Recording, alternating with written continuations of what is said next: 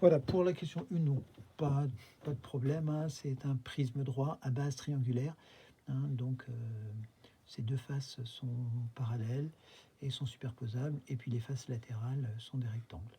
Donc c'est représenté en perspective cavalière pardon, avec cette face, voilà, ABC qui est la face principale, vue de devant, et puis des arêtes filantes sur les côtés.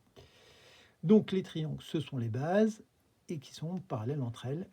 Les segments, donc CD, BE et AF, donc, sont les arêtes latérales de ce solide. Voilà, on pourrait le faire basculer, hein, et le mettre sur le côté. Donc ça donnerait, voilà, ça donnerait quelque chose comme ça, voilà. Donc on voit que ces faces-là qu'on retrouve ici, hein, sont les faces latérales, et donc que ces arêtes qu'on va retrouver ici, voilà, sont les arêtes latérales. Les quadrilatères, donc AF, DC et BE, DC et AF, CB, sont les faces latérales de ce prisme droit. Alors, ici, pour la question les figures ci-contre, ici ça représente un cylindre de révolution. Cylindre de révolution, alors là, si vous imaginez un rectangle, et si on le fait tourner comme ça, voilà, ça va donner un cylindre. Les bases sont des disques, hein, voilà, les disques, c'est un disque, c'est plein, hein, c'est tous les points qui sont inférieurs, hein, qui sont situés à une distance inférieure ou égale au rayon. Et pour construire un solide, il faut d'abord tracer son patron. C'est ce qu'on apprendra à faire plus tard.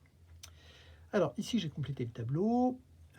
Donc le nombre de côtés du polygone de base. Donc là, on a un triangle 3, un carré 4, un polygone à 5 côtés et un hexagone 6 côtés.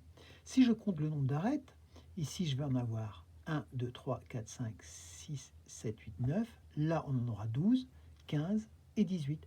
Et je vois donc que pour passer de 3 à 9, de 4 à 12, de 5 à 15, 6 à 18, on est dans une situation de proportionnalité où on va multiplier par 3.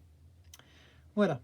Le nombre de faces, ici, on a les deux bases, plus 3 faces latérales, ça fait 5. Les deux bases plus 4 faces, ça fait 6. Les deux bases plus 5 faces, ça fait 7. Et les deux bases plus 6 faces, ça fait 8. Donc on voit que pour passer du nombre de côtés du polygone de base au nombre de faces, eh bien, on va ajouter 2 à chaque fois. 3 plus 2, 5. 4 plus 2, 6. 5 plus 2, 7. 6 plus 2, 8. Ce qui est normal, hein. Voilà, on a 3 côtés, donc 3 faces latérales, et on ajoute 2 qui correspondent aux bases. Ici, on a 1, 2, 3, 4 faces latérales, plus les deux bases, donc ça va donner 6, etc. Donc, que remarques-tu? Donc, le nombre d'arêtes est le triple du nombre de côtés du polygone de base. Hein, donc, on multiplie par 3.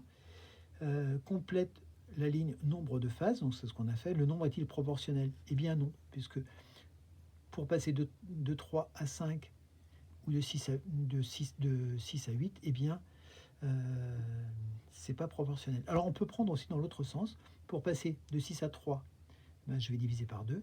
Si je divise 8 par 2, ben, je n'obtiens pas 4, j'obtiens 5. Donc, je peux dire que 6 divisé par 3 est différent de 8 divisé par 5. Un seul contre-exemple permet de dire que ce n'est pas une situation de proportionnalité. Voilà. Donc ici, soit n le nombre de côtés. Donc si on a n ici, voilà. Là, je vais avoir 3n. Et ici, j'aurai n plus 2. Donc 3 fois n. 3 multiplié par n. Et ici, n plus 2. Donc on peut appliquer. Voilà, si j'ai 15, donc 15 fois 3, 45, 15 plus 2, 17, 43 fois 3, 129, 43 plus 2, 45, 100 fois 3, 300, 100 plus 2, 102. Voilà.